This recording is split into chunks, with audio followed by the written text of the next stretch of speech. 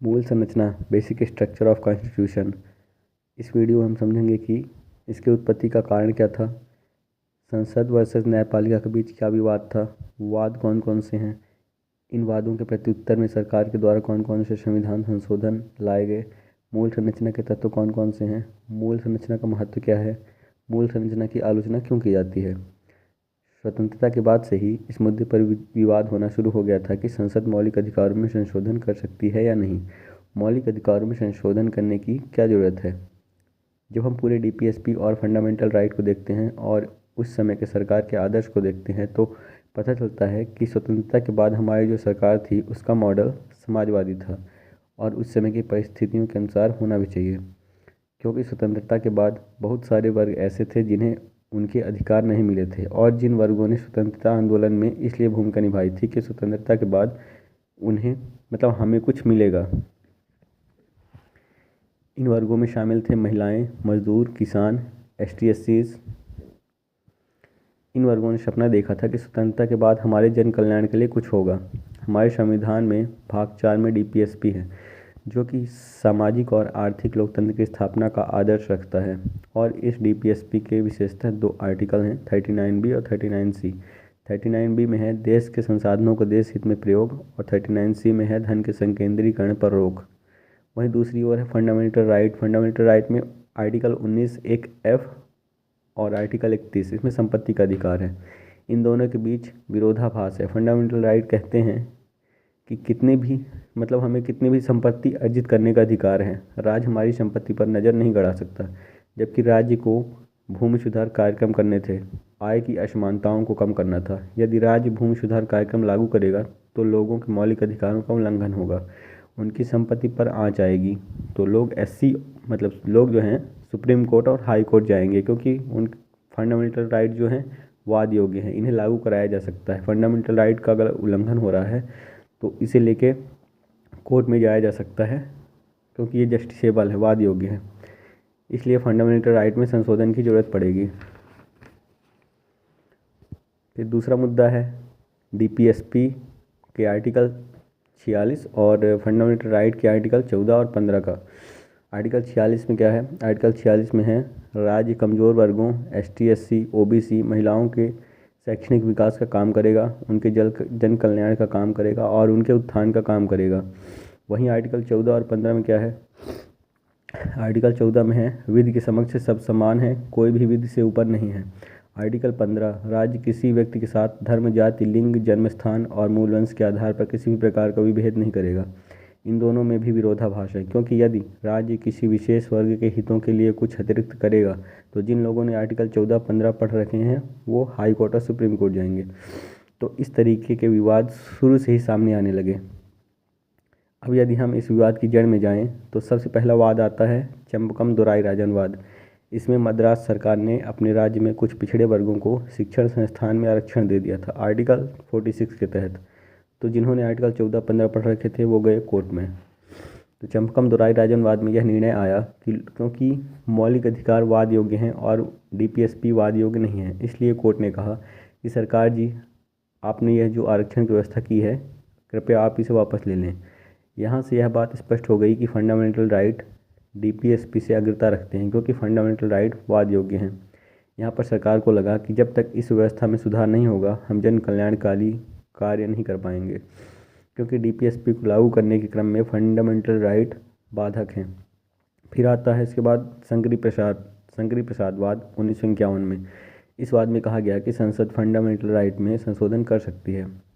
368 की संविधान संशोधन प्रक्रिया के तहत फंडामेंटल राइट में संशोधन की शक्ति अंतर्निहित है और सरकार फंडामेंटल राइट को संशोधित भी कर सकती है और इसे वापस भी ले सकती है। फिर आता है गोलकनाथवाद 1967 में। इसमें न्यायालय ने अपने पहले के निर्णय को उलट दिया और कहा कि संसद मौलिक अधिकारों में संशोधन नहीं कर सकती है, इसलिए संसद ना तो मौलिक अधिकारों में कटौती कर सकती है और ना ही इसे वापस ले सकती है। किस आधार पर न्यायालय ने यह निर्णय दिया? आर्टिकल 13 को इन्होंने अलग तरीके से परिभाषित किया।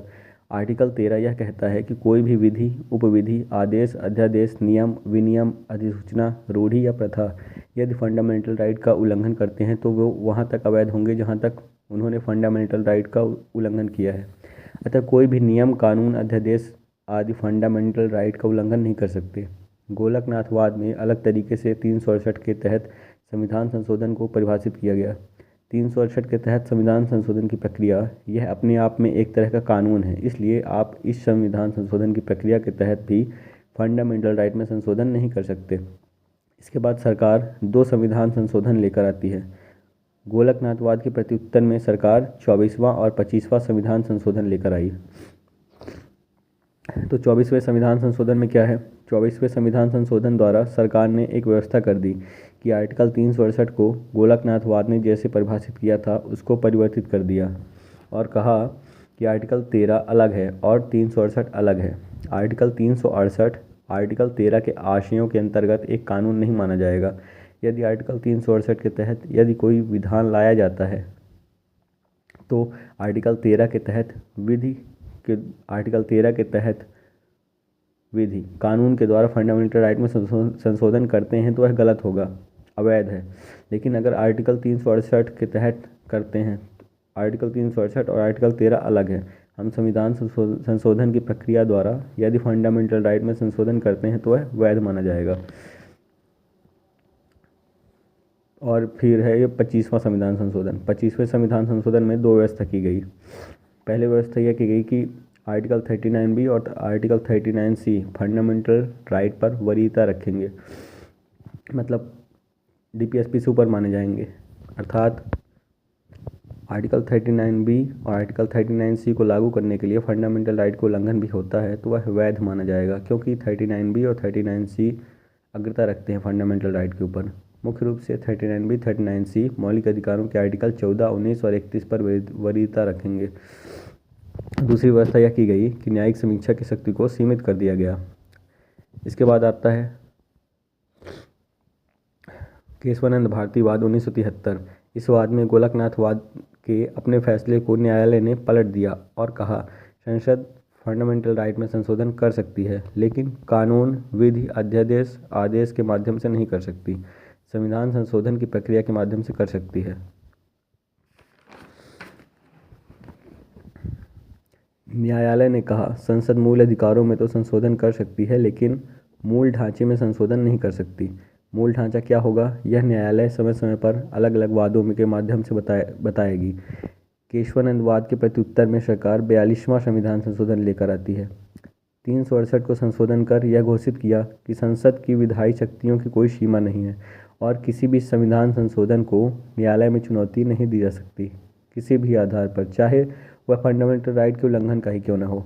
फिर आता है मिनर्वा मिल्स वाद 1980। सर्वोच्च न्यायालय ने मिनर्वा मिल्स मामले 1980 में इस प्रावधान को अमान्य कर दिया, क्योंकि इसमें न्यायिक समीक्षा के लिए कोई स्थान नहीं था, जो कि संविधान की मूल विशेषता है। 25वें संविधान संशोधन में कहा गया था कि आर्टिकल 39B, 39 और 39C फंडामेंटल राइट पर अग्रता रखते हैं। 42वें संविधान संशोधन द्वारा यह कहा गया कि न केवल 39B और 39C बल्कि सारे DPSP फंडामेंटल राइट पर अग्रता रखते हैं। अर्थात किसी भी DPSP को लागू करने के लिए फंडामेंटल राइट में संशोधन कर सकते हैं, और यदि इस क्रम में फंडामेंटल राइट का उल्लंघन भी होता है तो वह वैध है। इस संविधान संशोधन के प्रत्युत्तर में मिनर्वा मिल्स वाद में यह कहा गया कि सारे के सारे DPSP अग्रता नहीं रखते। DPSP और फंडामेंटल राइट संतुलन के सिद्धांत पर आधारित हैं और केवल 39B और 39C ही फंडामेंटल राइट पर अग्रता रखते हैं। फिर आता है वामन राव वाद 1981। इसमें सर्वोच्च न्यायालय ने मूल संरचना के सिद्धांत को मानते हुए स्पष्ट किया कि यह 24 अप्रैल 1973 अर्थात केशवानंद वाद में फैसले के दिन के बाद अधिनियमित संविधान संशोधनों पर लागू होगा। वर्तमान में स्थिति यह है कि संसद अनुच्छेद 368 के अधीन संविधान संशोधन के किसी विभाग, मौलिक अधिकारों सहित में भी संशोधन कर सकती है, बशर्ते कि संविधान की मूल संरचना प्रभावित न हो। सर्वोच्च न्यायालय द्वारा स्पष्ट किया जाना है कि मूल संरचना के घटक कौन कौन से हैं। विभिन्न फैसलों के आधार पर निम्नलिखित मूल संरचना एवं इसके अवयवों के रूप में पहचान की गई है। संविधान कौन कौन सी चीज़ें मूल संरचना के भाग हैं। तो संविधान की सर्वोच्चता, भारतीय संविधान की सार्वभौम लोकतांत्रिक तथा गणराज्यात्मक प्रकृति, संविधान का धर्मनिरपेक्ष चरित्र, विधायिका कार्यपालिका तथा न्यायपालिका के बीच शक्ति का पृथक्करण, संविधान का संघीय स्वरूप, राष्ट्र की एकता और अखंडता, कल्याणकारी राज्य, न्यायिक समीक्षा, व्यक्तिक स्वतंत्रता एवं गरिमा, संसदीय प्रणाली, कानून का शासन, मौलिक अधिकारों तथा नीति निर्देशक सिद्धांतों के बीच सौहार्द और संतुलन, स्वतंत्र और निष्पक्ष चुनाव, न्यायपालिका की स्वतंत्रता, संविधान संशोधन की संसद की सीमित शक्ति, न्याय तक प्रभावकारी पहुंच, तर्क संगतता का सिद्धांत, अनुच्छेद 32, 136, 141, 142 के अंतर्गत सर्वोच्च न्यायालय को प्राप्त अधिकार। और भी आगे के वादों में सर्वोच्च न्यायालय मूल संरचना क्या है ये बताती रहेगी। मूल संरचना का महत्व, यह सत्तारूढ़ बहुमत से क्रूर बहुमत द्वारा भारतीय संविधान के सार को नुकसान को रोकने के लिए संवैधानिकता के सिद्धांत का प्रमाण है। इसने भारतीय लोकतंत्र को बचाया क्योंकि यह घटक शक्ति की सीमा के रूप में कार्य करता है, अन्यथा संसद की असीमित शक्ति भारत को अधिनायकवादी शासन में बदल सकती थी। यह हमारे संविधान के मूल सिद्धांतों को बनाए रखने में हमारी मदद करता है। यह सत्ता के सच्चे पृथक्करण को चित्रित करके हमारे लोकतंत्र को मजबूत करता है, जहां न्यायपालिका अन्य दो अंगों से स्वतंत्र होती है। प्रकृति में गतिशील होने के कारण यह पहले के निर्णयों की कठोर प्रकृति के विपरीत अधिक प्रगतिशील और समय में परिवर्तन के लिए खुला है। संविधान के मूल संरचना के सिद्धांत की आलोचना क्यों की जाती है?